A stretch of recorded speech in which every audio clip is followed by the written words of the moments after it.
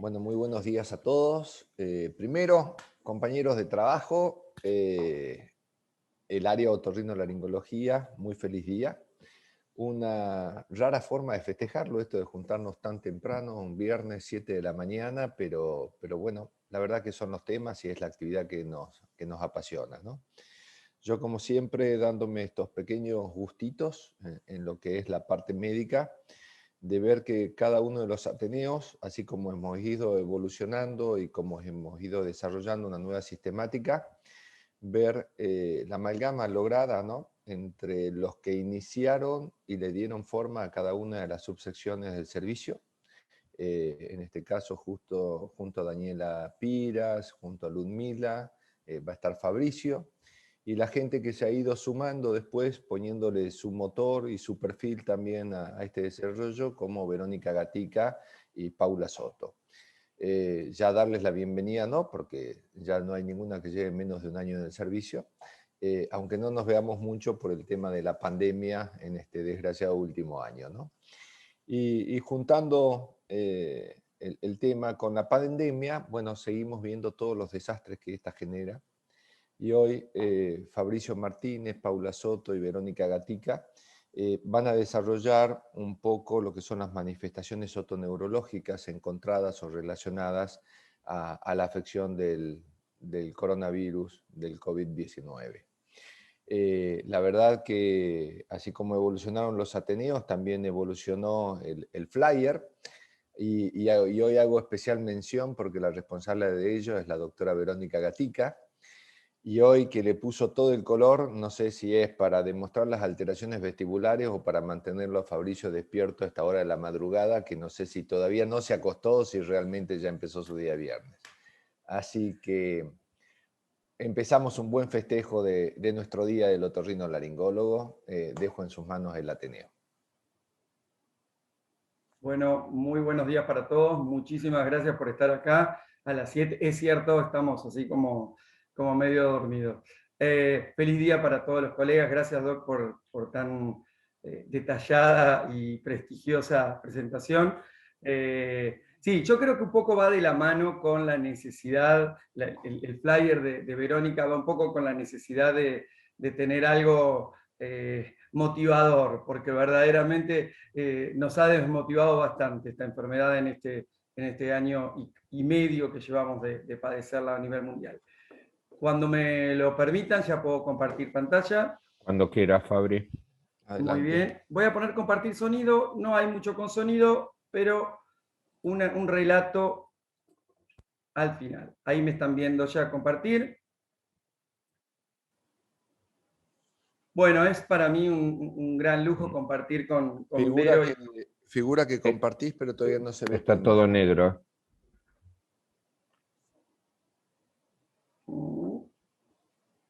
Salí y vuelve a entrar, Fabricio, Salgo y vuelvo a entrar. compartir.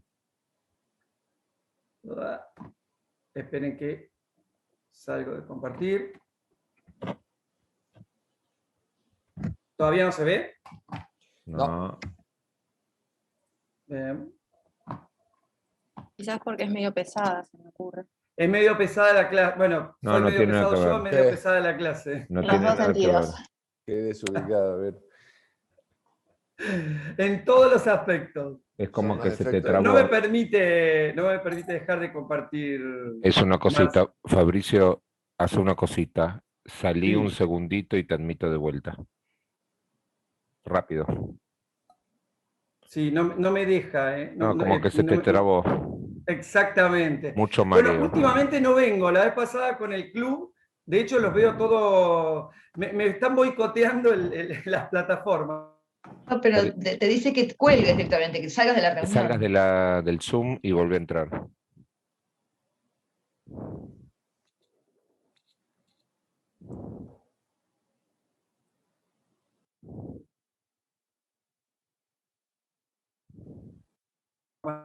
Parece que Fabricio logra marear hasta la computadora. Fabri, ahí que nos estás escuchando. Ahí está. Ahí Volví estoy, a ¿me ven? compartir. Volví a Vos te compartir. vemos perfecto. Intentá compartir. Compartí ahora. Bien. Ahí me tienen que ver. Sí, te ven. Ahí está. Perfecto. Ven. No me hagan infartar, que ya la pasé mal con lo del club. Che, que Bueno. nosotros somos los que te bancamos, dale, tranquilo. Ay, qué divino. Digan que es las 7 de la mañana y día del otorrino. Bueno, muchas gracias de nuevo. Retomo con la charla. Bueno, ¿qué decirles de esta pandemia que no esté descrito en esta foto? Vemos perfectamente nuestro mundo azotado y transformado por lo que este virus nos ha hecho. Digamos que no es algo tan actual, nosotros lo vivimos actualmente, pero es en realidad la tercera oficialmente dentro de los más graves coronavirus que nos han afectado. Pero antes de comenzar vamos a hablar un poquitito dividimos la clase en 3 segmentos, uno que es un segmento netamente virológico, como para que recordemos qué es el virus, cómo se propaga, los posibles orígenes que tiene o que tuvo, y luego sí vamos a puntualmente a irnos más a la parte vestibular y coclear. Bueno, ¿y qué es el coronavirus? En realidad es una familia de virus que afectan al tracto respiratorio. También pueden afectar al tracto digestivo. Causa desde enfermedades banales como un resfrío común hasta una neumonía.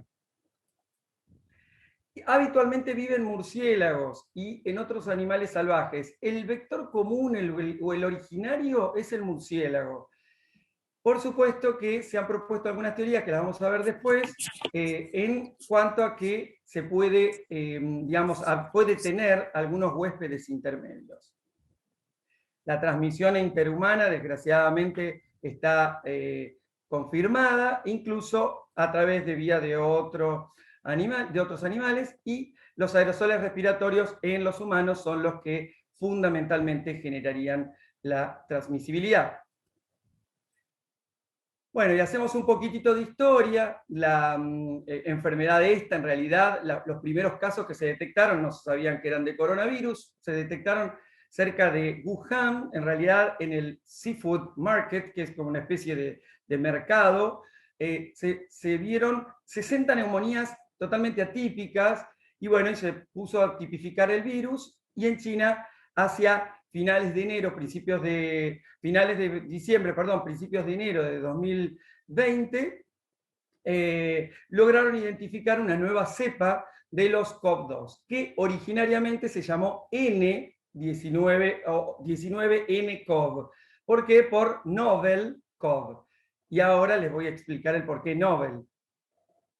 Luego, en China, se anuncia la primera muerte ahí inmediatamente por neumonía asociada al coronavirus, y luego comienza la diseminación que tan tristemente todos conocemos.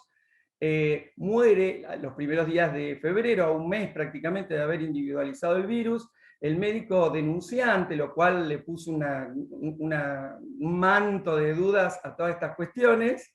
El doctor Li Wenliang, que es uno de los que denunció teorías casi conspiratorias del virus. Se confirma para esas mismas épocas ya las cepas o el origen o la diseminación en África, y ya para mediados de febrero, el 11 puntualmente, la OMS le pone verdaderamente el nombre de COVID-19 a este coronavirus. Seguimos un poquitito adelantando y les paso del 11 de febrero, en cuando se pone el nombre del virus, al 11 de marzo, que es cuando la OMS ya declara la pandemia. Unos días previos comenzaron a detectar muchos casos en Europa y en Estados Unidos, y se emitió la alarma de salud a nivel mundial. Recuerden que recién en agosto se patenta o se lanza la primera, el 11 de agosto, Vladimir Putin lanza la primera de las vacunas, que es la Sputnik, que muchos de nosotros tenemos. Y para los meses de abril ya la alarma mundial había crecido y la mayoría de los países adoptaron métodos de cuarentena y de higiene, que los mantenemos la gran cantidad de los países hasta la actualidad. Por suerte, algunos del hemisferio norte ya se están liberando. y para diciembre de 2020 los ensayos con las vacunas progresaron a sus fases 2 y 3, con lo cual comenzó la vacunación mundial, y tristemente el 2021, digamos en realidad finales de 2020 y principios de 2021, se caracterizó por la aparición de estas nuevas cepas, que en realidad la palabra correcta sería variantes, pero nada, lo dejamos en cepa para que no confundir más la terminología. Bueno, y si tenemos que hablar del virus, vamos a hablar un poquitito puntualmente de las características del mismo. Es una subfamilia de un virus ARN monocatenario positivo. Y lo van a entender todo porque es así. Monocatenario porque obviamente tiene una sola, única cadena, y es positivo porque se comporta como una fotocopiadora, digamos. Se mete en la célula y utiliza los medios de reproducción de nuestras células para replicarse haciendo el negativo. Y después, desde ese negativo, salen otros virus. Es bastante interesante la dinámica que tiene el perverso coronavirus. Esta familia que yo les decía es la familia Coronaviridae, y la subfamilia es Coronavirinae. No importa que recuerden estos datos. El tema es que, para que sepan cómo venimos en derivaciones de género, de familia, de orden, que ahora, bueno, existe una taxonomía de virus, que se las voy a poner en la diapositiva que continúa, pero es importante que sepan a cuál pertenece el coronavirus, porque la familia esta, Coronavirinae, u Orthocoronaviridae, es exactamente lo mismo, tiene sus 4 géneros, alfa, beta, gamma y delta. Recuerden que los coronavirus que afectan respiratoriamente a los humanos son los beta coronavirus, o sea, el género beta coronavirus. Y a su vez existen 5 subgéneros, que son el SARS coronavirus, el MERS coronavirus, el Novel coronavirus y el IB coronavirus. No se asusten. El coronavirus que vamos a estudiar nosotros es el SARS coronavirus, digamos, es de la familia del SARS coronavirus. El alfa y los subgéneros alfa y beta derivan, como les dije al inicio, del murciélago, o sea, el que vamos a estudiar ahora deriva del murciélago. El gamma y el delta han derivado de aves de corral, de cerdos y de algunos otros mamíferos. Recuerden que hasta el 2020, en estos últimos 20 años, hemos tenido, como les dije anteriormente, previamente, dos, se podrían decir pandemias, pero bueno, fueron un poquito más regionales, así que la palabra pandemia, podríamos decirle más epidemia. Pero bueno, 2 golpes o ataques o brotes infectológicos de coronavirus. Son 6 los que han infectado a la humanidad previo al coronavirus. O sea, el coronavirus que vamos a charlar hoy es el 7º de la línea de sucesión. De todos estos, la mayoría ocasionaron en cada uno de sus brotes cuadros respiratorios o gastrointestinales de leves a moderados, salvo los 2, el SARS primero, que SARS es síndrome agudo respiratorio severo. Yo cuando le diga SARS es eso, y cuando le diga MERS es el síndrome respiratorio de Medio Oriente, MIDES. La cuestión es que, digamos, de estos que estamos hablando, de estos 3 que estamos hablando finales, el coronavirus se diferencia en que tiene menor cantidad de mortalidad.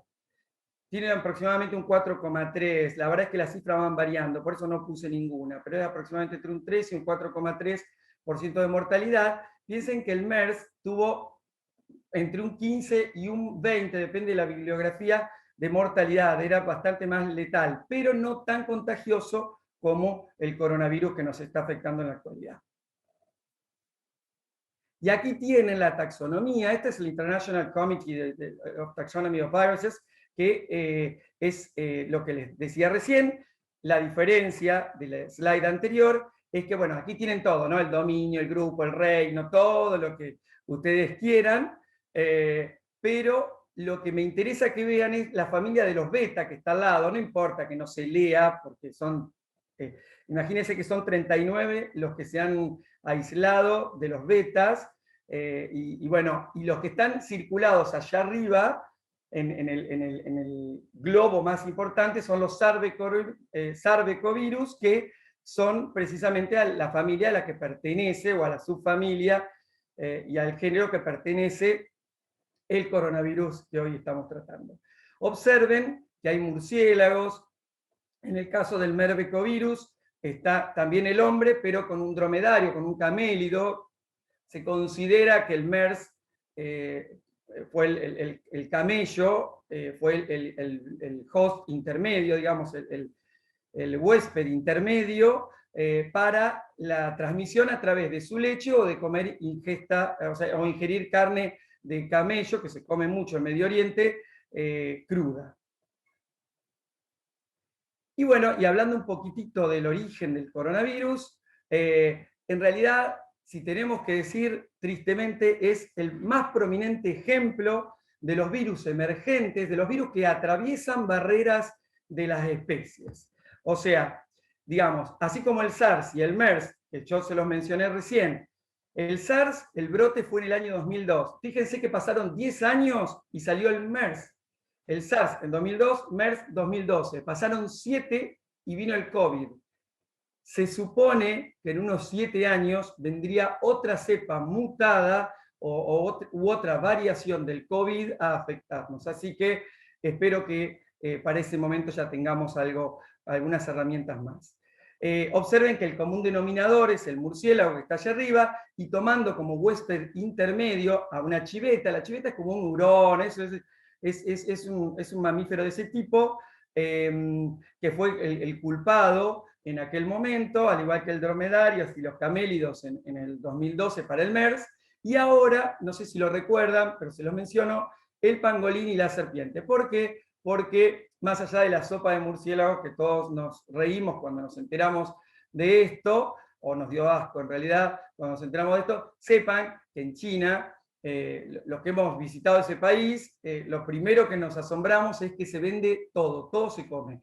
Comen escorpiones disecados, la serpiente te la venden por metro disecada, o sea, ellos comen todo. Bueno, hay un dicho, los chinos dicen que un chino come todo lo que vuela menos los aviones, todo lo que nada menos los barcos, y todo lo que anda por la tierra menos los autos.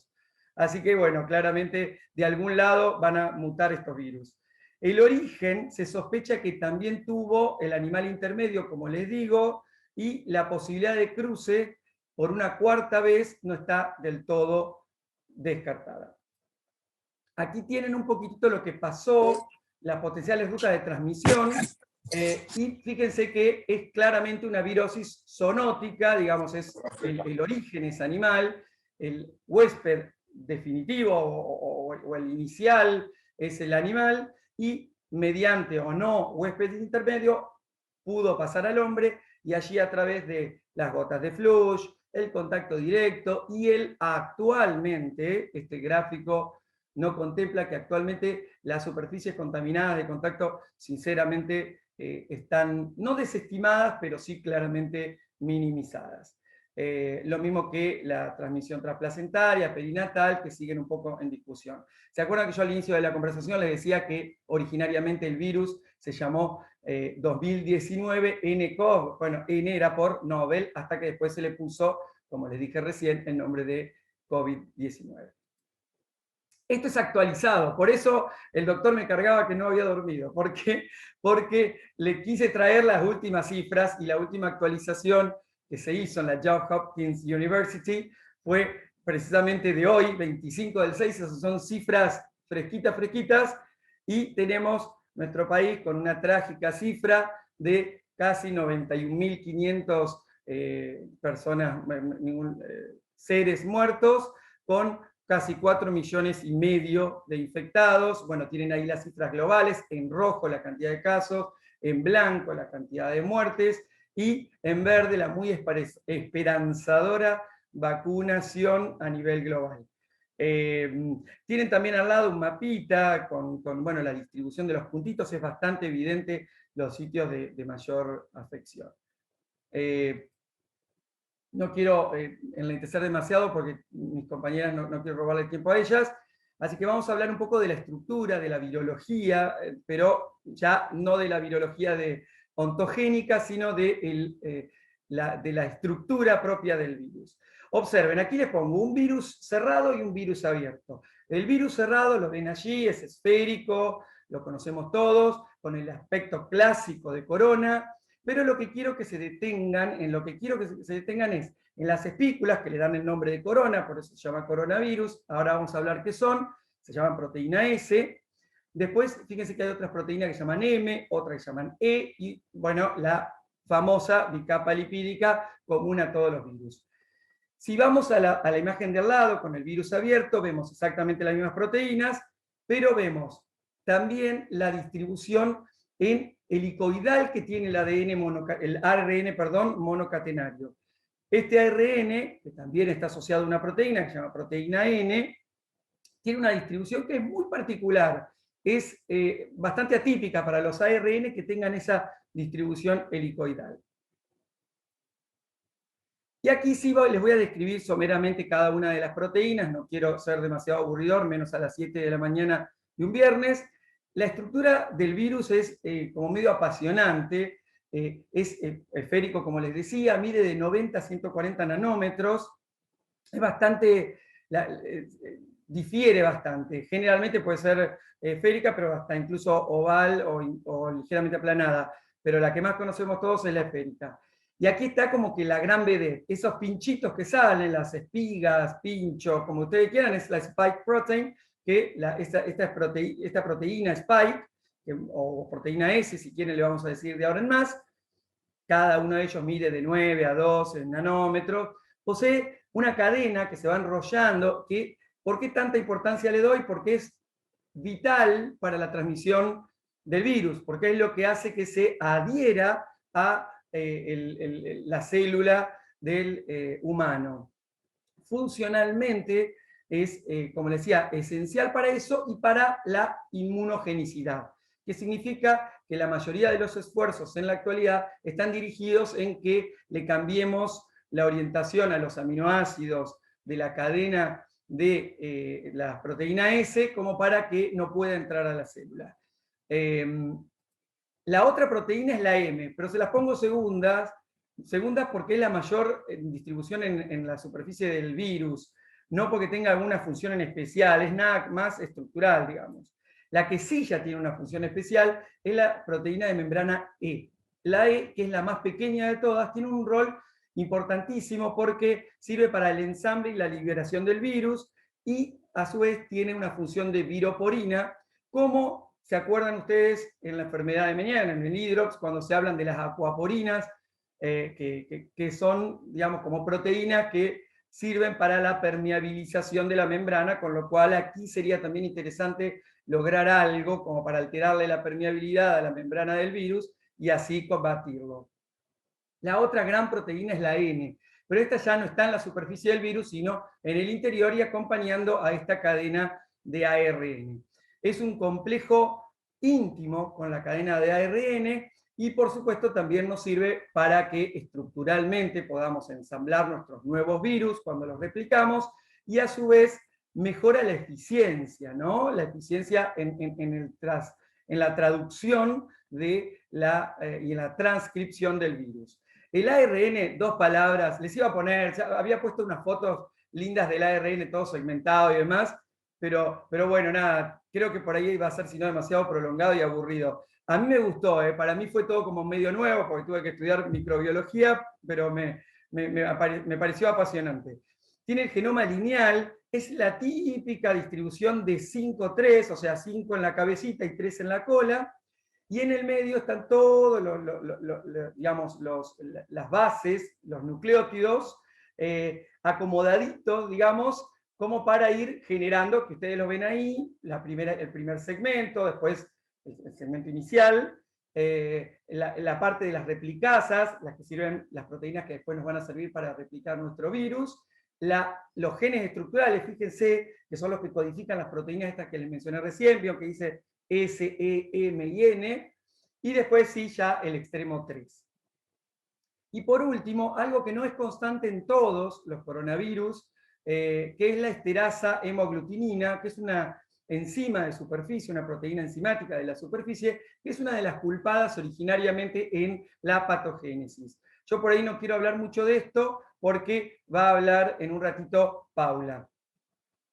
Solo les dejé la diapositiva, quité todas las otras, dejé únicamente la que demuestra esta hermosísima, digamos, animación computada del doctor Rapp, es alemán. Fíjense que no a propósito están elegidos esos colores, allí está la cadena de aminoácidos, cómo está ordenada y organizada en cada uno de los spike protein, de cada una de esas antenitas o espigas que salen del coronavirus. Recuerden que estas proteínas S tienen dos subunidades, son como dos honguitos pegados. Una, digamos, que la conecta con la membrana, que es la subunidad 2, y la subunidad 1, que es la más externa, que es la que está implicada en la adherencia al huésped. La subunidad 1, por supuesto, es vital para esto, y la 2 es para la fusión de las membranas celulares, viral con la del huésped. Las dos son triméricas, son como tres bolitas pegadas, por eso le decían que eran como un honguito. Y la subunidad 1, que es la que más por ahí nos interesa estructuralmente, está dividida en dos subdominios, uno que es el dominio terminal N y el otro que es el dominio terminal C. Fíjense que los ven en el gráfico, en uno está la C y el otro dice NTD, son los dos extremos, y la unión, que la ven ahí en el medio, que dice S1/C2, es la unión de ambas subunidades.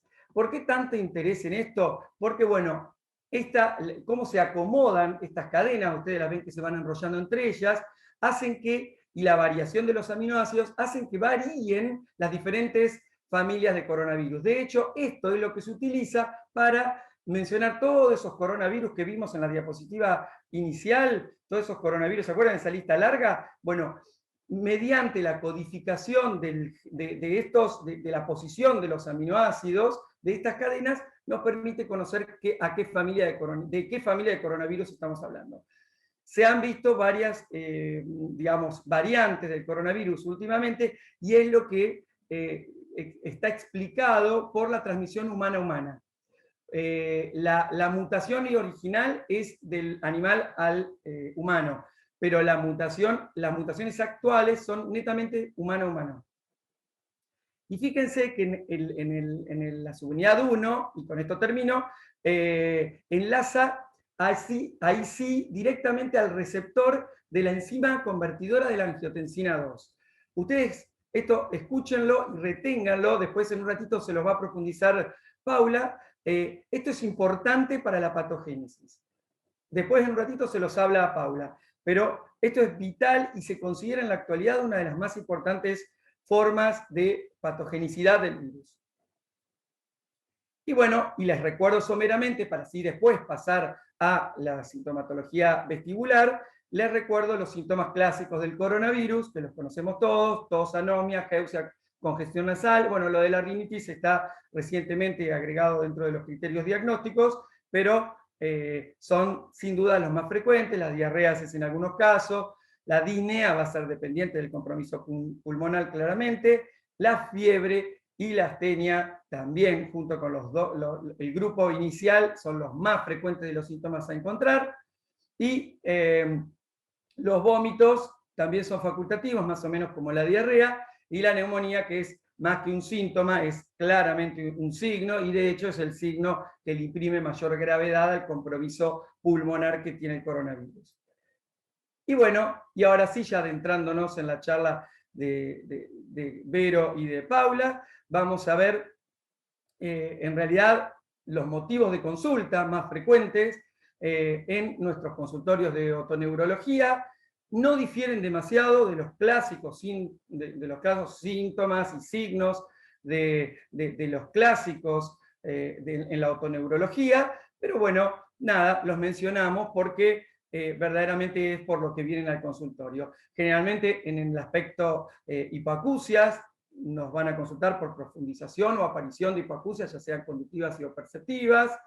En el caso de tinnitus, aparición de nuevos tinnitus o de nuevas sonoridades de tinnitus, y o aumento de los precedentes o de los preexistentes. Y en el tema de trastornos de equilibrio, podemos encontrar toda la gama que ya conocemos: inestabilidades, mareos, vértigos, pero sí, siempre es importante que tengamos vinculación con el desarrollo de la enfermedad. ¿Por qué? Porque claramente, si no, bueno, obviamente no tienen vinculación con el COVID. Ni con la vacunación, que es, digamos, es lo más controversial. Pero, perdón, Paulita, te dejo que continúes. Mil gracias. Gracias a vos, Fabri. Bueno, buenos días y feliz día de los otorrinos. Bueno, entonces para no atrasarme, vamos al tema que es pacientes con COVID-19 e hipoacusia, cómo se relacionan. La que sigue. Bueno, los virus ya estaban planteados como causantes de hipoacusia hace mucho. Vamos a hablar un poquito de lo que ya se sabe de las relaciones y la fisiopatogenia de virus conocidos como causantes de hipoacusia para poder entender un poco más el funcionamiento del COVID. Hay principalmente una familia de virus implicada en la hipoacusia, que es la familia de los herpes, particularmente el herpes simple tipo 1 y tipo 2, el virus de la varicela zóster y el citomégalo. Vamos a hablar principalmente de la hipoacusia neurosensorial. Pueden causar hipoacusia congénita, adquirida, súbita, progresiva, unilateral, bilateral. Repasamos un poquito cada uno para poder llegar a la fisiopatogenia. El citomégalo, recordemos que es la principal causa de hipoacusia neurosensorial, de causa no genética en el recién nacido, que se contagia por vía vertical de madre a hijo, sobre todo cuando se produce la primoinfección durante el embarazo. También puede ser por reinfecciones con otras cepas o por reactivaciones.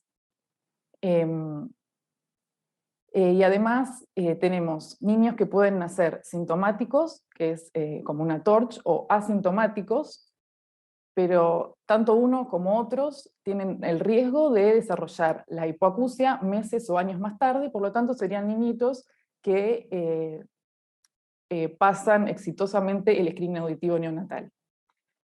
El herpes simplex, bueno, que se contagia de otra forma, pero a partir del tejido lesional, el virus puede permanecer latente en la neurona y reactivarse en algún momento de la vida. También está planteado el pasaje vertical de madre a hijo del herpes simple a través del canal de parto. Y el herpes simple está vinculado con la hipoacusia súbita, no es el único virus que se vincula con la hipoacusia súbita. No hay unanimidad en los estudios hechos en seres humanos que testean este virus en pacientes con súbita. No hay unanimidad, pero forma parte de la hipótesis viral de la hipoacusia súbita. Y después tenemos el virus de la varicela zóster, que puede manifestarse, puede tener una primoinfección, que es la varicela, o asintomático, y también permanecer latente en la neurona, ¿sí? Y reactivarse en algún momento de la vida. Nosotros como otorrino nos concierne cuando se reactiva en el ganglio geniculado. En ese caso va a dar el síndrome Ramsay-Hunt, que brevemente era el dolor, la otalgia, las lesiones típicas herpéticas en el área de inervación del facial, en el conducto, en el pabellón, y a partir del facial puede activarse el nervio vestíbulo coclear, a nivel del ganglio geniculado o a nivel del nervio en el conducto auditivo interno, y cursar con hipoacusia, vértigo, acúfeno. Los estudios han demostrado, en este caso, afectación tanto coclear como retrococlear. La que sigue. Bueno, entonces, repasamos las causas virales de hipoacusia súbita. Como decíamos, el citomégalo, que es la principal causa congénita, que puede o suele causar hipoacusia neurosensorial bilateral progresiva severa. Virus menos frecuentes, la rubiola y el virus de la coriomeningitis linfocítica. Los que pueden ser congénitos o adquiridos, como el HIV, que tiene la particularidad de poder causar hipoacusia neurosensorial, crónica o mixta, y el virus del herpes simple, si están marcados con flechas los de la familia herpes, que puede causar hipoacusia uni o bilateral neurosensorial moderada a profunda. Entre los virus que causan hipoacusia adquirida, tenemos el sarampión, el virus de la varicela zoster y las paperas, ¿sí? Y ahora sí, la siguiente. Llegamos a la patogenia, de cómo estos virus causan el daño auditivo. El daño puede ser directo, por daño en las estrias vasculares, en el órgano de Corti, o neuronal, tanto a nivel periférico como central. Hablando de los neuronales, tenemos como ejemplo el herpes simplex y el virus de la varicela zoster. Vamos a ver que también podemos tener el COVID en ese grupo. Y de daño indirecto, que son aquellos que afectan el sistema inmune del huésped, permitiendo infecciones oportunistas, como el HIV, o aquellos que generan una inmunidad cruzada entre antígenos propios y antígenos del ser humano, como es el citomegalovirus, ¿sí? Si bien para el citomegalovirus también habría un daño directo, pero bueno, este se considera que es el principal. Bueno, de esto partimos, pasemos a la siguiente. Bueno, de eso partíamos para entender cómo causa el daño el SARS-CoV-2. Hay varias teorías que se postulan como hipótesis. Una que era la que mencionaba Fabri, que pisa fuerte, que es la unión del SARS-CoV-2, de la subunidad 1, al receptor para enzima convertidora de angiotensina. Esto llevaría a la afectación en centros auditivos, porque este receptor se expresa en células gliales y neuronas, en el tronco del encéfalo y en gran cuantía en la corteza auditiva. También por unión directa a este receptor de enzima convertidora de angiotensina, podría afectar en forma directa la cóclea, o bien podría generar un daño inmunomediado por una reacción cruzada, en el que el sistema inmune termine uniéndose a antígenos propios, como hablábamos del citomégalo. Puede causar una neuropatía periférica del octavo par craneal. Se plantea un neurotropismo, ¿sí? Que puede tener un neurotropismo, como veíamos en el virus de la varicela zoster o del herpes simplex, y también como por esta misma neuropatía periférica, el COVID sería capaz de causar el síndrome de Guillain-Barré, que también está descrito en la literatura. Ingresa al sistema nervioso central como, bueno, una opción es a través de la infección de la rinofaringe, y a través del bulbo olfatorio llegar al neuroepitelio, y así llegar al sistema nervioso central, que es la principal hipótesis que explicaría la hiposmia y la anosmia. O puede ingresar al sistema nervioso central a través del torrente sanguíneo, el líquido cefalorraquídeo, y a partir de ahí afectar secundariamente la cóclea. Otro mecanismo, sí, también muy mencionado en la literatura, es la isquemia de los centros auditivos por fenómenos trombogénicos. Volviendo al receptor de enzima convertidora de angiotensina, también se expresaría en el vaso sanguíneo, ¿sí? Entonces al unirse la subunidad 1, genera activación de la inflamación, de la cascada de la coagulación, se forma el coágulo, que genera la isquemia del órgano, y sabemos, no solo por las afectaciones auditivas, sino por el esquema general de afectaciones del COVID, que es una enfermedad que aumenta el riesgo de trombosis. La siguiente. Bueno, y no podemos dejar de describir los síntomas neurológicos, porque están en la literatura y porque algunos nos conciernen a nosotros como otorrinos. Los podemos diferenciar en aquellos que afectan el sistema nervioso central o el sistema nervioso periférico. Entre los que afectan el sistema nervioso central tenemos la cefalea, que es por lejos el más frecuente, que forma parte de los criterios diagnósticos, el mareo, que a veces se toma como un síntoma un poco inespecífico, que Vero va a aclarar mejor esa situación, la alteración de la conciencia, que se da sobre todo en pacientes graves, con comorbilidades, en la forma de confusión o delirio, las enfermedades cerebrovasculares, la epilepsia, ataxia, encefalomielitis diseminada aguda y la encefalitis. En los síntomas que afectan el sistema nervioso periférico, hiposmia, anosmia, hipogeusia y ageusia, sobre todo la hiposmia y la anosmia los más frecuentes, que pueden ser síntomas tempranos, a diferencia de la alteración de la conciencia, o síntomas iniciales directamente, que también forman parte de los criterios diagnósticos, el dolor muscular y, como decíamos, el síndrome de Guillain-Barré por neuropatía periférica. Perfecto, gracias. Bueno, acá vemos una revisión sistemática que se hizo en Sudáfrica de la disfunción otológica en los pacientes con COVID-19, que si no es de los estudios más grandes que se hicieron, anda cerca. La búsqueda se hizo sobre COVID y manifestación otológica, auditiva y vestibular. Hubo 7 artículos que cumplieron los criterios de inclusión.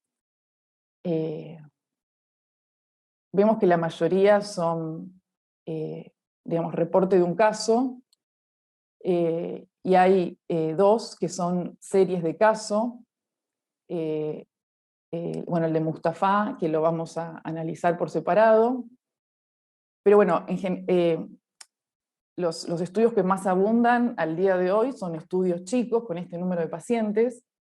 Bueno, los desórdenes otológicos que describieron los artículos fue la hipoacusia súbita, neurosensorial, conductiva, la hipoacusia neurosensorial no súbita, y algunos que describían alteraciones en las audiometrías y en las OEAs. Bueno, perdón, me falta la conclusión. Lo que concluye este artículo es que hay información creciente, y se cree que va a seguir así, digamos, aumentando la información, de artículos que relacionan el COVID con la hipoacusia, y que el COVID podría ser una causa probable de alteraciones auditivas. Ahora sí. Bueno, perfecto. Este era el artículo que mencionábamos antes, el perfil audiológico en pacientes asintomáticos con COVID positivo. Es un estudio de casos y controles. La población de estudio fueron pacientes con COVID que no referían ningún síntoma de COVID, pero tenían PCR positiva, entre 20 y 50 años, sin historia previa de alteración auditiva. A estos pacientes se les realizó audiometría y otoemisiones evocadas transitorias. Bueno, ¿y qué se vio? Se vio una caída en los umbrales auditivos, ¿sí?, en todas las frecuencias, en el grupo de estudio con respecto al grupo control.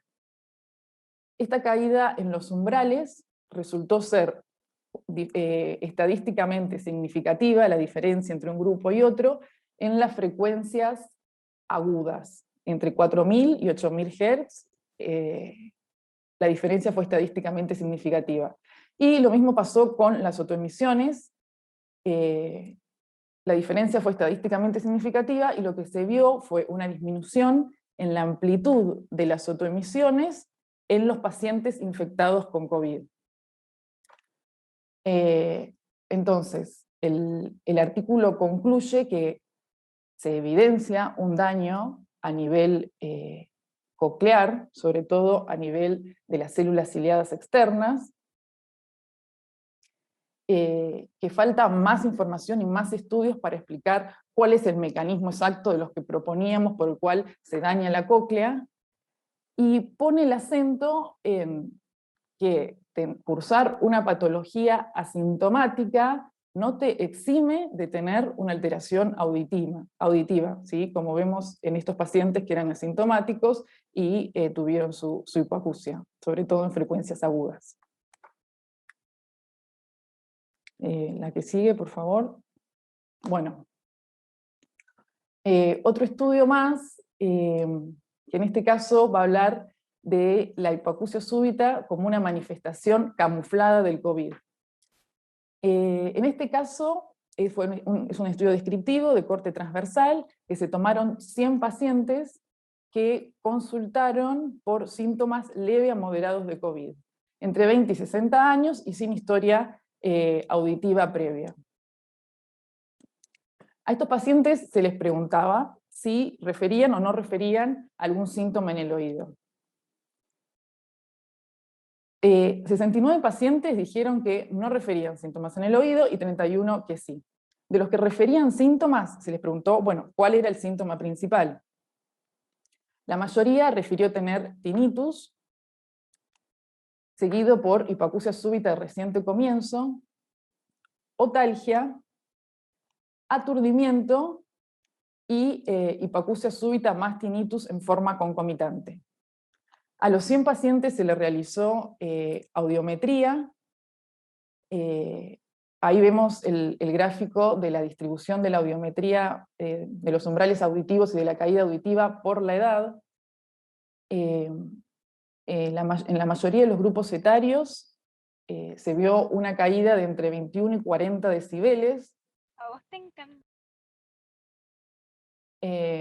Menos en el grupo de 51 a 60 años, que se vio una caída entre 41 y 60 decibeles, que de cualquier manera no fue el grupo etario más afectado. En cuanto a las autoemisiones, se hicieron las autoemisiones a los 100 pacientes. El 31% de los pacientes que había dicho que tenía síntomas auditivos, 18 de estos pacientes tenían autoemisiones observadas, con alguna alteración. Y de los 69 que no referían síntomas auditivos, 31 tuvieron autoemisiones afectadas, sobre todo en las frecuencias altas. Entonces, se concluye que el COVID genera un daño coclear, que no se puede descartar que sea el único daño que genera, y que hace falta estudios con un seguimiento más largo. En este caso los pacientes se siguieron a 3 meses, para evaluar si esta hipoacusia es permanente o es transitoria. Perfecto. Y este ya es el último caso, el último artículo de hipoacusia neurosensorial profunda en un paciente con neumonía por COVID, de la Mayo Clinic. Es un reporte de caso, es un paciente de 60 años con COVID confirmado, que estuvo internado en terapia intensiva. Durante su internación en terapia intercurre con síntomas neurológicos, en la forma de alteración de la conciencia, de delirio. Cuando el paciente recupera su estatus mental, refiere hipoacusia y acúfeno, los dos síntomas bilaterales. Se realizan potenciales evocados que demuestran una anacusia en el oído derecho y una hipoacusia neurosensorial profunda en el oído izquierdo. Se realiza una resonancia que muestra un realce del contraste en la cóclea, en las cócleas, principalmente la derecha, y un realce también con contraste de la meninge en contacto con el lóbulo temporal. Entonces, ¿qué se pensó? Los virus pueden causar encefalitis y meningitis, eso ya lo sabíamos, y a partir de ahí generar una afectación de la cóclea. Bueno, entonces teniendo una pronta osificación de la cóclea o formación de tejido blando en la cóclea, se decidió la temprana implantación y se colocó el implante coclear, inclusive antes de que el paciente sea dado de alta de su COVID.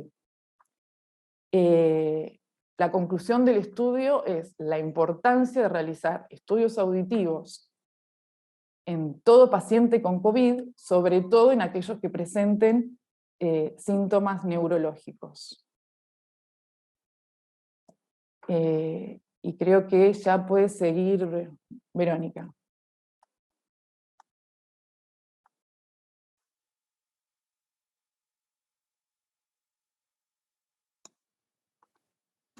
Buenas, a ver, avanzo. Empiezo yo entonces. Seguimos con Dale. alteraciones del equilibrio vinculables al COVID, porque elegimos esta palabra, no hay nada certero hasta el momento. Fabri, ¿me pasa la diapositiva?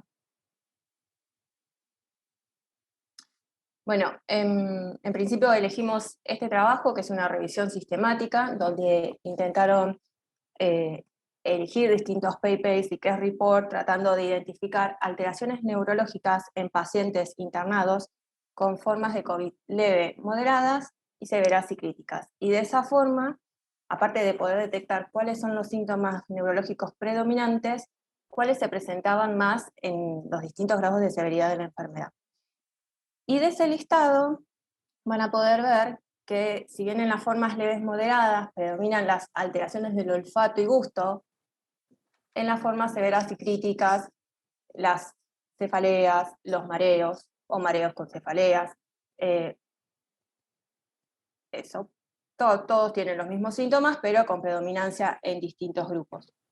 ¿Me pasa, Fabri? Entonces, habíamos visto mareo. Mareo es la clásica que sufrimos nosotros, los otoneurólogos, cuando llega el paciente al consultorio y nos dice, tengo mareo. Hay tantas cosas entran en esa bolsa, y es lo que está sucediendo con COVID. Da síntomas muy dispersos, da síntomas periféricos, hablando en trastornos del equilibrio, ¿no? Puntualmente, como neuritis vestibulares asociados a espasmos faciales, ataxias subagudas, parálisis vulvar, da combinaciones de afectación de distintos pares craneales. Da, por ejemplo, este caso raro que no sé si se puede reproducir el video, que es la presencia de algo que le decimos Optoclonus myoclonus, ¿sí? Que van a ver que es intrusiones sacádicas, खाली आंखों पे आनी interlatencia, en el left plano side horizontal y खाली आंखों vertical. फेरो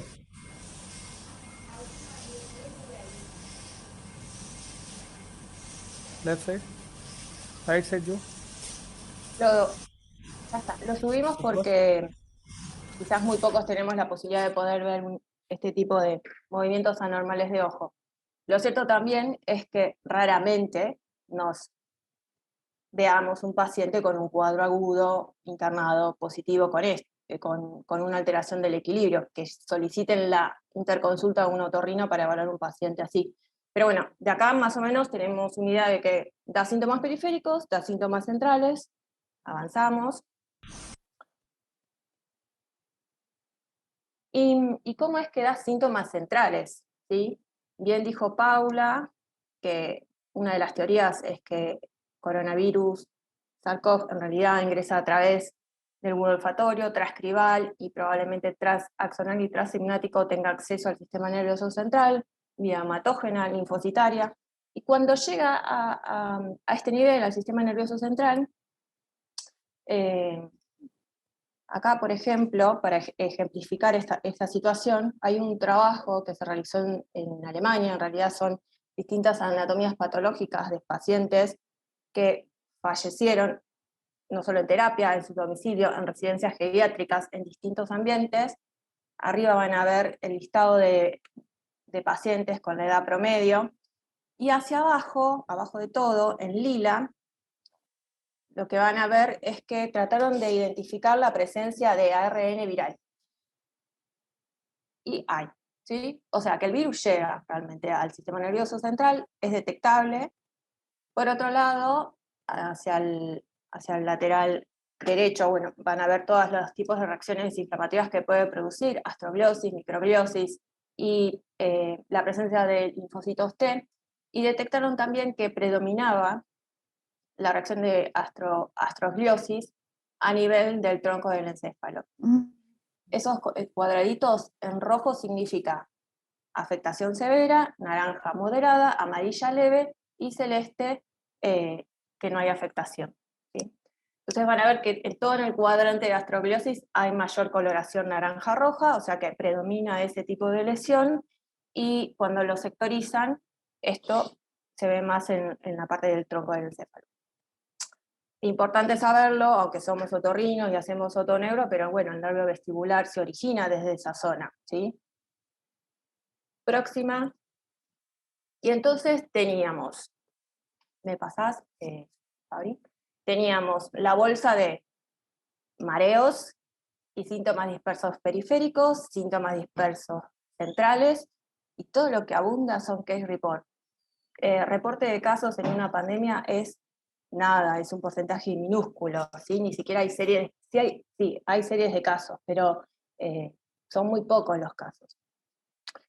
Ahora, acá sí hay un trabajo que intenta separar estos síntomas entre periférico y central, y pudieron detectar que en el 86.3% de estos trabajos, que es una revisión sistemática de trabajos publicados, que son 10.723 pacientes, de estos 86.3 presentaban sintomatología de predominio central y 13.7 periférica. Ya el porcentaje que queda para patología vestibular periférica se va reduciendo, de la probabilidad, ¿no? Además de todos los otros síntomas que informó Paula. Próxima. Y les había dicho, raramente nos llamen por un paciente agudo, ya la incidencia es bajísima, pero sí nos puede pasar, y es lo que está sucediendo, que empecemos a ver en el consultorio a los pacientes post-COVID. Y dentro de estos pacientes existe algo que se llama síndrome post-COVID, donde estas son las secuelas que suelen dejar. En el 20.7 predominan las afectaciones pulmonares, y el 24.3 las neurológicas, olfato, y acá en síntomas dispersos entran los mareos. Ahora, sí quiero decir que este síndrome post-COVID es independientemente de la forma de presentación. Si fue un COVID leve, moderado, severo o crítico, el síndrome post-COVID afectará a todos por igual, en distinto grado, no pudieron identificar algún correlato preciso. Sí, en el cuadro de al lado y en el título les voy a decir también que habla sobre las formas leves, porque son los pacientes positivos que solo realizaron aislamiento domiciliario. Sí pudieron detectar que hasta 6 meses posteriores al hisopado positivo presentaban síntomas. Y si vamos al escaloncito de mareo, que es lo que estamos tratando de analizar, en todos los grupos etarios se ve esta sintomatología, y quizás un poco con mayor predominio en los mayores de 60. El trabajo termina concluyendo en eso. Si bien es un trabajo de análisis en general, cuando uno quiere analizar solo la parte de mareo, predominan en pacientes de mayor edad y en general mujeres. Próxima. Pero bueno, volvemos y tratamos de buscar algo periférico que nos diga qué hace COVID en nuestro laberinto, cómo puede intervenir otorrino en esto. Y encontramos este otro trabajo, secuelas aviovestibulares. Acá sí, esa bolsa de mareo, separamos lo periférico, separamos lo central. Olvidé decirles también que, si bien era rarísimo que nos llamen para evaluar un paciente internado, y tenemos que pensar distinto a los que pensamos con los pacientes ambulatorios de vértigo agudo, ¿no? Obviamente siempre intentamos descartar lo central, siempre, pero predomina lo periférico en el paciente ambulatorio. En medio de esta pandemia, un paciente con vértigo, tenemos que sospechar en primera instancia un positivo en un cuadro central, antes que un periférico, ¿sí? Entonces ahí el razonamiento cambia. Pero bueno, iba reduciendo esos porcentajes, o sea, el 80 y tanto % eran síntomas centrales neurológicos, el 13 o 15, no me acuerdo, eran periféricos. De esos filtrábamos el mareo, y acá recién hay un análisis más minucioso de esos sintomatología de mareo que están dispersa. Bueno, acá pudieron detectar que esto es 2 semanas posteriores al segundo hisopado negativo, o sea, había pasado un montón de tiempo, lejanísimo del cuadro agudo, en estos pacientes, que son 45, el 10.5 habían referido que habían sufrido síntomas vestibulares, 8.3 una sensación de mareo, que es lo que estamos viendo últimamente, uno solo presentó vértigo, y ese único paciente, cuando le hicieron el VHT, porque ese fue el estudio que utilizaron para evaluar estos pacientes, detectaron una disminución de ganancia del canal posterior y no había sacadas correctivas. ¿Sí? Pero bueno, seguimos, Fabri. Yo les voy a presentar ahora, si no me equivoco, algunos casos muy breves que recibimos en CEMIC y que sí tienen correlato con todo lo que está publicado, ¿sí? Es lo que predomina. Pacientes con sintomatología de mareo, de inestabilidad, como esta paciente que todavía no está de alta y sigue en tratamiento, tuvo COVID en junio del 2020, que llegó a Otoneuro, derivada finalmente en septiembre por un episodio único de vértigo de 3 horas de duración, náuseas y alteración de la vista.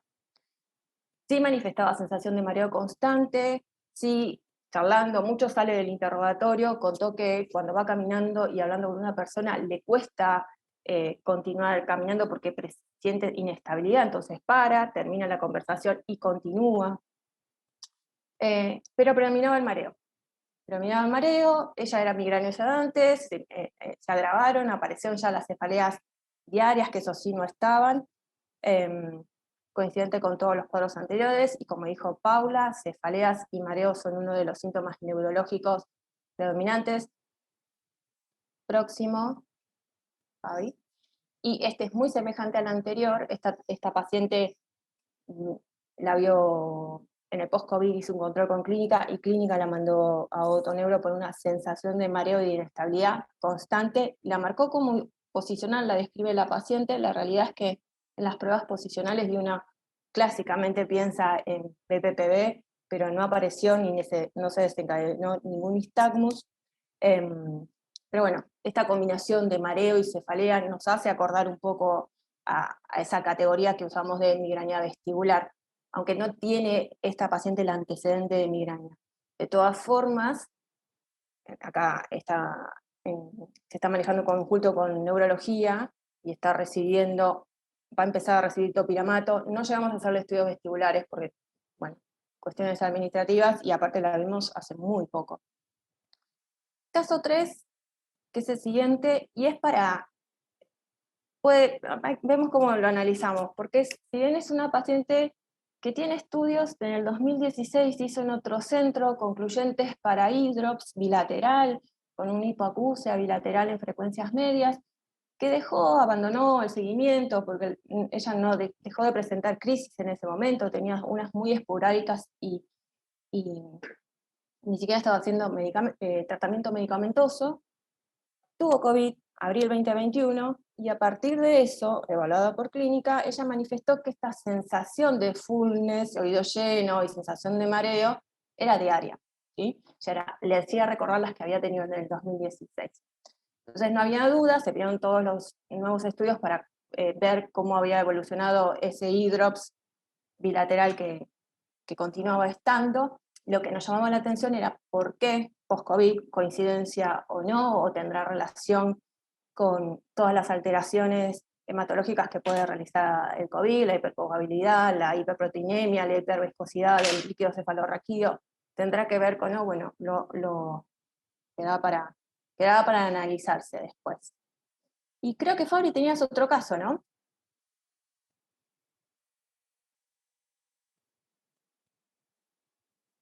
Fabri, presentalo. No tenés micrófono. Hola, sí. Ahí tengo un caso nada más para presentarles, pero es porque es el típico relato, es muy parecido a lo de Vero. Si lo pueden escuchar. Corina, contame, ¿cuándo empezaste con mareos? Empecé con mareos a los 7 días de estar con COVID. Ajá. Fueron 4 días que me sentía mareada, que pensé que era porque todavía estaba recuperándome, todavía estaba con cansancio y con dolor de cuerpo.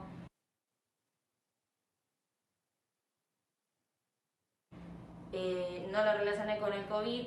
A la semana siguiente volví a estar 2 días seguidos muy mareada, como si estuviese flotando arriba de un barco cuando todo se mueve. Bien. Y las semanas posteriores empezó a ser cada vez más intenso y muy seguido todos estos momentos de estar Bien. mareada. ¿Y cuándo fue que te hicieron diagnóstico de COVID? El 24. Bien, el 24 de abril. 24 de abril. Y estamos terminando mayo y los mareos todavía siguen, ¿verdad? Sí, Muy bien, señorita, muchas gracias. de nada. Bueno, como dijo excelentemente bien Verónica, siempre los síntomas son bastante heterogéneos, bastante imprecisos. Esta es una paciente sin ningún tipo de antecedentes, no migrañosa, ningún síntoma coclear, solo con este cuadro que ella describía. Y, bueno, 25 años. La verdad es que se hizo, o sea, ya venía derivada con una resonancia absolutamente normal y se solicitaron estudios BNG-BIGIT y estudios audiométricos de rigor, y ambos métodos con resultados dentro de límites totalmente normales. Este es el común denominador que vemos en todos los pacientes post-COVID o post-vacunación.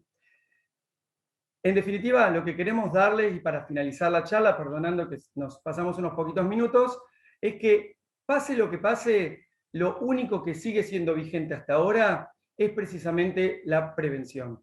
¿Cómo? Lavándonos las manos, evitando contactos estrechos, obviamente protegiéndonos con el cubrebocas, tapabocas, barbijo, el consumo limitado de productos que provengan de animales, sobre todo salvajes, y la higienización de nuestros medios habituales.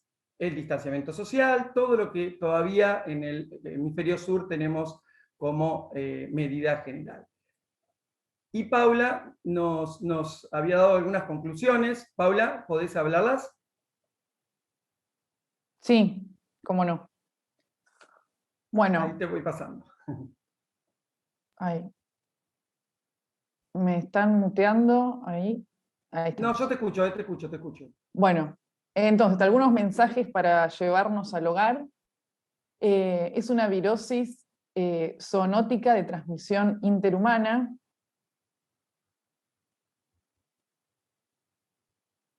La evidencia científica señala que hay una relación efectivamente entre la infección por COVID y la hipoacusia,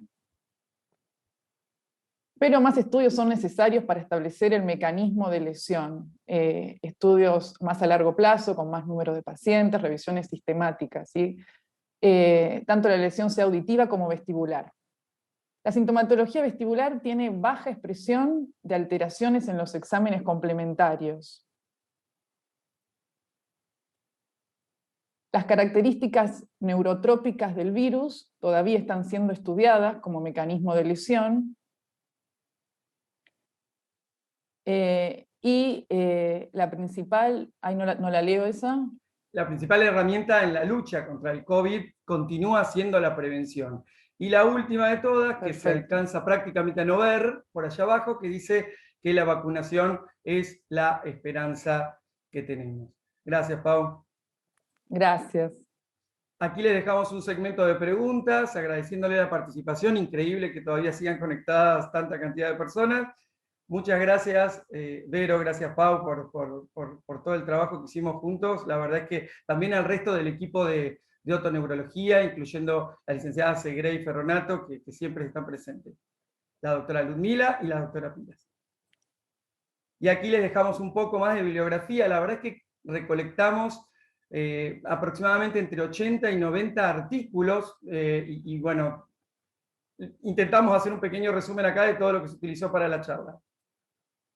Aquí les dejamos nuestra información de contacto. Y agradeciéndoles, dejamos de compartir. Vero, Paula, ¿quieren decir alguna frase de despedida? No, que es interesante realmente hacer estudios auditivos en los pacientes con COVID, a ver si coincidimos con lo que muestra la bibliografía, ¿no? Que caen los umbrales auditivos y disminuye la amplitud de las autoemisiones. Bueno. Nada, más o menos había dicho que en general pensemos en causas centrales, que tengamos un neurólogo cerca para poder manejar en conjunto a estos pacientes, y lo que sabemos siempre es un interrogatorio bastante incisivo, porque es difícil y tratar de manejar los pacientes vertiginosos en general. ¿Sí? Bueno, muy buena presentación, muchísimas gracias. Como hacen con cada uno de los pacientes que le llegan al sector, dieron vuelta el tema como una media, y la verdad que hasta se convirtieron en grandes virólogos, virólogas, con tanto detalle, que bueno, es a la profundidad del manejo de cada tema que nos tienen acostumbrados.